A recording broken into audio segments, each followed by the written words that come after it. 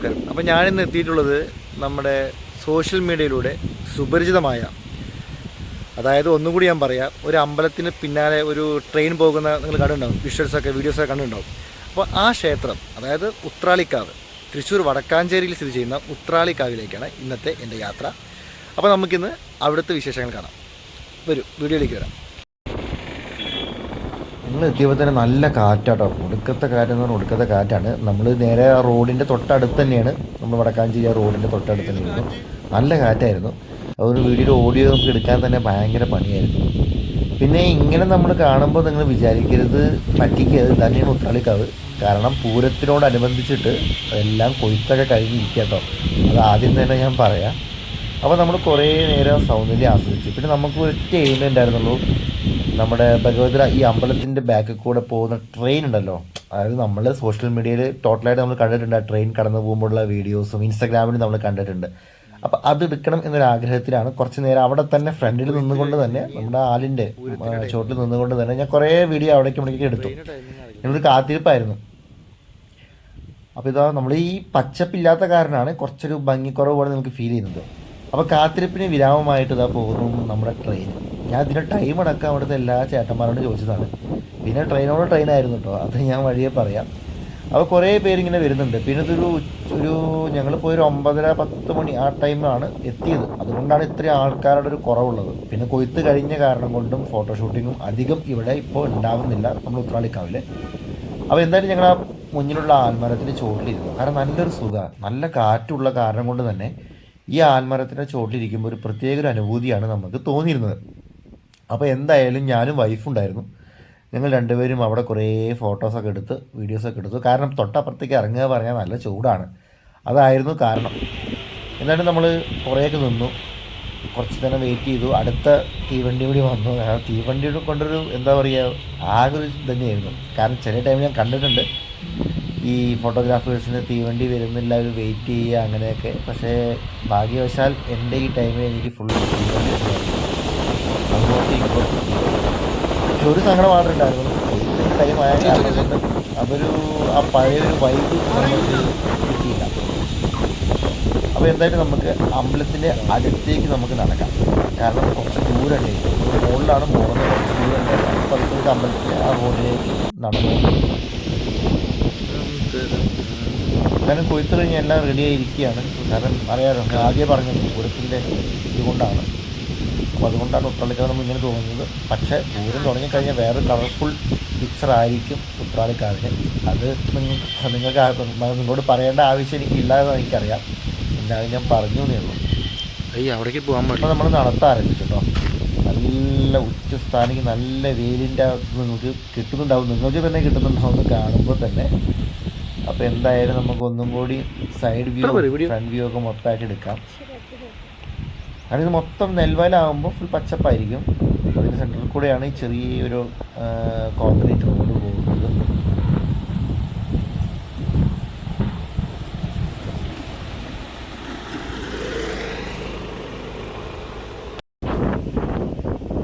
ഞാൻ പറഞ്ഞില്ല, ട്രെയിനിൻ്റെ ഒരു 1-1.5 കളി തന്നെയായിരുന്നു ഫുള്ള്. 1 അല്ല 2 അല്ല 3 അല്ല, അങ്ങനെ ട്രെയിൻ വന്നും പോയിക്കൊണ്ടിരിക്കുകയായിരുന്നു. അപ്പോൾ എന്തായാലും നമ്മൾക്ക് മറന്ന് നമ്മൾ ആഘോഷിക്കുകയും ചെയ്തു. കാരണം പറഞ്ഞല്ലോ ആദ്യം തന്നെ, കാരണം ഇതൊക്കെ ഒരു അത്ഭുതമാണ്, ഒരു ഭാഗ്യമാണ് ഈ ടൈം. ഇപ്പോൾ ടൈം നോക്കി വന്നതല്ല ഞങ്ങൾ ശരിക്കും, ട്രെയിൻ എപ്പോൾ വരുന്നത് എങ്ങനെ പോകുന്നു. അപ്പോൾ നമ്മൾ കുറച്ച് നേരം കൂടി ഇവിടെ നിന്നിട്ട് നമുക്ക് ഉള്ളിലോട്ട് പോകാം കേട്ടോ. കാരണം ട്രെയിൻ വരുമ്പോൾ തിരിച്ച് ഇങ്ങോട്ട് തന്നെ വരും, അതാണ് ഇപ്പോൾ ഉണ്ടായത്. എന്തായാലും നമുക്ക് ഇനി പതുക്കെ നിങ്ങളെ ആരും ഉണ്ടാക്കുന്നില്ല, നമുക്ക് നേരെ നമ്മുടെ അമ്പലത്തിലേക്ക്, ദൈവസന്നിധിയിലേക്ക് നമുക്ക് നടന്നു നീങ്ങാം. ട്രെയിൻ ഇപ്പോഴും പോയിക്കൊണ്ടിരിക്കുകയാണ്, അതുകൊണ്ടാണ് ഞാൻ കുറച്ച് ലാഗ് ചെയ്യുന്നത്.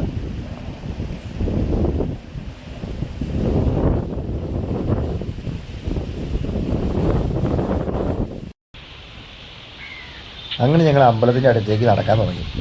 ചൂടെന്ന് പറഞ്ഞാൽ ഒടുക്കത്തെ ചൂട്, അത്രയ്ക്കധികം ചൂടും കിട്ടും. അപ്പോൾ ചൂട് വക വയ്ക്കാതൊക്കെ നടക്കുകയാണ്.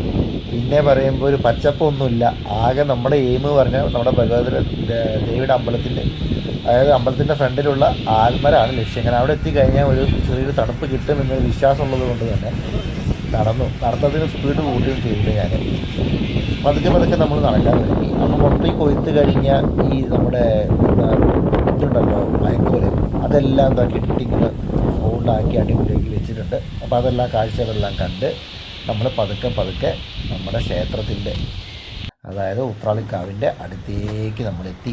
അപ്പോൾ ഇവിടെ കുറേ ചേട്ടന്മാരൊക്കെ ആൽമര ചോട്ടിൽ ഇരിക്കുന്നുണ്ട്. കാരണം ചൂട് തന്നെയാണ് പ്രോബ്ലം. അപ്പോൾ നമ്മൾ പതുക്കെ എത്തിയപ്പോൾ തന്നെ അമ്പലത്തിൻ്റെ കവാടം, ഇത് ശരിക്കും അമ്പലമല്ല, ഇത് അമ്പലത്തിൻ്റെ ഇതാട്ടോ. അതായത് പടിപ്പുര നമ്മൾ പറഞ്ഞില്ല, അതേപോലത്തെയാണ്. അതാണ് ഏറ്റവും വലുത്.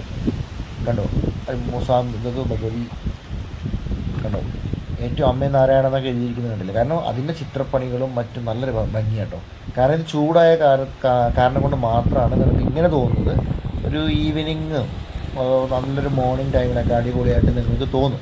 കാരണം ഇതിപ്പോൾ നിങ്ങൾക്ക് ഇതിൻ്റെ ക്യാമറയുടെ സ്ക്രീനിൽ തന്നെ നിങ്ങൾക്ക് കാണാൻ പറ്റുന്നതായി എനിക്ക് തോന്നുന്നു. കാരണം ആ ചൂടിൻ്റെ ഇത് അമ്മ നാരായണ, ദേവി നാരായണ, ലക്ഷ്മി നാരായണ സംഭവങ്ങളൊക്കെ. കാരണം 10:30 അടയ്ക്കും കേട്ടോ അമ്പലം, രാവിലെ തുടങ്ങിയിട്ട് 10 വരെ.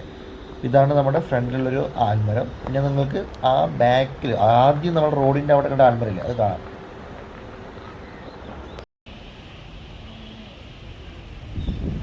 ഇപ്പോൾ കുറച്ച് നേരം കൂടി ഞാൻ നമ്മുടെ ദേവിയുടെ സന്നിധിയിൽ ഞാൻ നിന്നു. കാരണം ഇവിടെ നിൽക്കുമ്പോൾ തന്നെ കാഴ്ചകൾ ഒരു അതിഗംഭീരമാണ്. നമ്മൾ ആദ്യം ദൈവത്തെ പ്രാർത്ഥിച്ചു, അതിന് ശേഷമാണ് കാഴ്ചകളിലേക്ക് എത്തിയത്. അത് കുറേ കുട്ടികളൊക്കെ വന്നിട്ടുണ്ട്, ചെറുമാരൊക്കെ വന്നിട്ടുണ്ട് കേട്ടോ ഫോട്ടോസൊക്കെ എടുക്കാൻ. കാരണം നമ്മൾ ഫോട്ടോസിന് പറ്റിയൊരു സ്ഥലം തന്നെയാണ്. ദൈവത്തിന് അമ്പലമാണ് ഉണ്ട്, പ്രാർത്ഥന കഴിഞ്ഞ ശേഷം ഫോട്ടോസിനൊക്കെ പറ്റിയൊരു നല്ലൊരു ഏരിയ കൂടിയാണ് ഇത്. കണ്ടോ, കൊയ്ത്ത് കഴിഞ്ഞ വയലുകൾ തുടങ്ങിക്കഴിഞ്ഞിരിക്കുകയാണ്. ഇവിടെയാണ് വെടിക്കെട്ടും സംഭവങ്ങളൊക്കെ നടക്കുക. ആ കൊയ്ത്ത് കഴിഞ്ഞ നെല്ലുകളാട്ടോ ഇതിൽ മൊത്തം കാണുന്നത്. ചുറ്റുപാട് അമ്പലത്തിന് ചുറ്റുപാട് ഇങ്ങനെ ചാക്കിൽ നെല്ലുകളാണ് നിറഞ്ഞിരിക്കുന്നത്. കാരണം ഇങ്ങനെ നമ്മൾ കൊയ്ത്ത് കഴിഞ്ഞു എന്നറിയുമ്പോൾ തന്നെ അവിടെ പൂരം വരാൻ തുടങ്ങി എന്നാണ് അർത്ഥം. അപ്പോൾ എന്തായാലും ഞാനൊരു 160 ഡിഗ്രി കാണിച്ചു തരാം. പിന്നെ ഈ അമ്പലത്തിൻ്റെ നമ്മുടെ പ്രതിഷ്ഠിരിക്കുന്ന അതാണ് അവിടെ അമ്പലം ചെറുതാണ്, പക്ഷേ ഈ കവാടമൊക്കെയാണ് നല്ല വലിപ്പമുള്ളത് കേട്ടോ. നമുക്ക് ഇവിടെ കാണാൻ പറ്റും, വീഡിയോയിൽ കാണാൻ പറ്റും. ഇവിടെ നമുക്ക് പതുക്കെ തിരിച്ച് നടക്കാം. കാരണം ചൂടിൻ്റെ ഇത് കൂടിക്കൊണ്ടിരിക്കുകയാണ്. ടൈം കൂടുന്തോറും നല്ല ചൂട് കൂടിയിരിക്കുന്നുണ്ട്.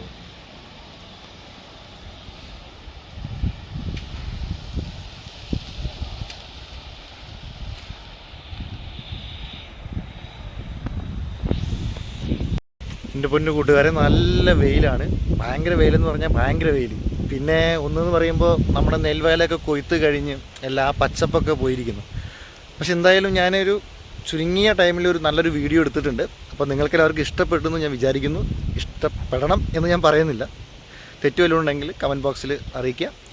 അപ്പോൾ നമുക്ക് ഇതേപോലെ വളരെ ഇൻട്രസ്റ്റിംഗ് ഉള്ള വേറൊരു വീഡിയോയുമായി വീണ്ടും വരുന്നതാണ്. Okay, bye bye.